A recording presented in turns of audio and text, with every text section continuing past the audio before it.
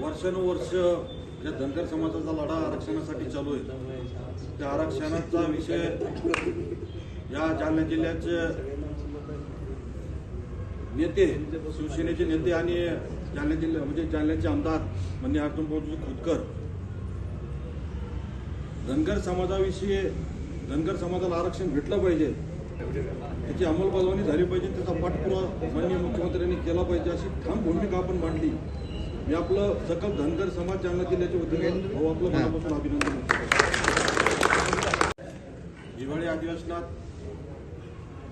वर्षानुवर्ष ज्या धनगर समाजाचा लढा आरक्षणासाठी चालू आहे, त्या आरक्षणाचा विषय या जालना जिल्ह्याचे नेते, शिवसेनेचे नेते आणि जालना जिल्हा म्हणजे जालन्याचे आमदार माननीय अर्जुन भाऊ खोतकर धनगर समाजाविषयी, धनगर समाजाला आरक्षण भेटलं पाहिजे, त्याची अंमलबजावणी झाली पाहिजे, त्याचा पाठपुरावा माननीय मुख्यमंत्र्यांनी केला पाहिजे अशी ठाम भूमिका आपण मांडली. मी आपलं सकल धनगर समाज जालना जिल्ह्याच्या वतीने भाऊ आपलं मनापासून अभिनंदन करतो. सरकारची भूमिका काय आणि आपण प्रश्न उपस्थित केल्यानंतर त्याच्यामध्ये निवृत्त न्यायाधीशाची एक कमिटी स्थापन झाली. त्याबद्दल सकल धनगर समाज जालना जिल्ह्याच्या वतीनं आपलं मनापासून आभार व्यक्त करतो. भाऊ, आपण धनगर समाजाच्या पाठीमागे पहिल्यापासून आहात.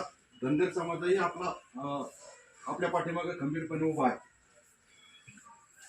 आमचा धनगर आरक्षणाचा लढा आता चालू आहे. आपण जालन्यामध्ये त्यामध्ये मुख्यमंत्र्यांची भेट असेल, शिष्टमंडळाची भेट असेल, तुम्ही वेळोवेळी आमची भेटी घालून दिल्या मुख्यमंत्र्यांसोबत. सीएम सोबत आमची आता एका शिष्टमंडळ घेतलं, तिथं सविस्तर तुमच्या माध्यमातून आमची चर्चा झाली.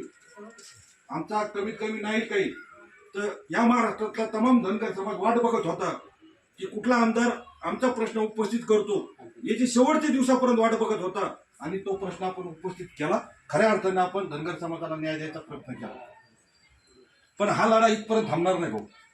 ही लढाई खूप मोठी आहे. आमची तुम्हाला विनंती राहील की तुम्ही मुख्यमंत्र्यांचे लाडके आहात. मुख्यमंत्री तुमचा शब्द टाळू शकत नाही. आता ही काही समिती स्थापन झाली, ती समितीचं काम चालूच राहील. पण धनगर आरक्षणासाठी तुम्हाला जेवढं योगदान देता येईल तेवढं योगदान द्या भाऊ. कारण धनगर समाज असा आहे भाऊ की दिलेला शब्द पाळणार आहे. एकदा धनगर समाजाने जर शब्द दिला तर त्या माणसाच्या पाठीमागे खंबीरपणे उभा राहणारा धनगर समाज आहे. आणि दुसरी एक विनंती अशी आहे भाऊ आमची की ज्या जालना जिल्ह्यामध्ये अहिल्यादेवी होळकरांचं स्मारक या अंबड चौफुलीला होत आहे, तिथं आमचा 1 कोटीचा निधी आता वापस गेला, परत गेला. आता समितीचे काही लोक आहेत, त्या म्हणजे अध्यक्ष उपाध्यक्ष सगळे संबंधित लोक आहेत. तो आमचा परत एक दुसरा ठराव आम्ही दिला 2,60,00,000चा. तो आपण मुख्यमंत्र्यांशी बोलून आपण तोही आमचा करावा. कारण आमची इच्छा आहे ते काम सुद्धा तुमच्याच माध्यमातून व्हावं. आम्हाला अर्जुन भाऊंनी सुद्धा शब्द दिला. कारण आमचं ते काम जर झालं भाऊ, ते जोपर्यंत पुतळा आहे म्हणजे सूर्यचंद्र असेपर्यंत तुमचं नाव निघण्याशिवाय राहणार नाही. कारण हे काम जर कोणी केलं तर हे बाबूराव लोणीकर साहेबांनी केलं. बाबूराव लोणीकर साहेबांच्या माध्यमातून हा पुतळा उभा राहिला. हे वर्षानुवर्षाचा आमच्या पुढच्या पिढ्या सुद्धा तुमचं नाव घेतल्याशिवाय राहणार नाही. तो आमची तुम्हाला विनंती भाऊ, त्याच्यात सुद्धा आपण काय करता येईल, काय ताकद लावता येईल. आम्हाला माहिती आहे तुमच्या शब्दाला किंमत आहे. आणि तुम्ही जर मुख्यमंत्र्याला शब्द टाकला तर 2.5 कोटी काही फार मोठी गोष्ट नाही. मग आमची तुम्हाला विनंती राहील की तोही विषय आपण हातात घ्यावा. आणि आता 31 मे आमचे जवळ आली.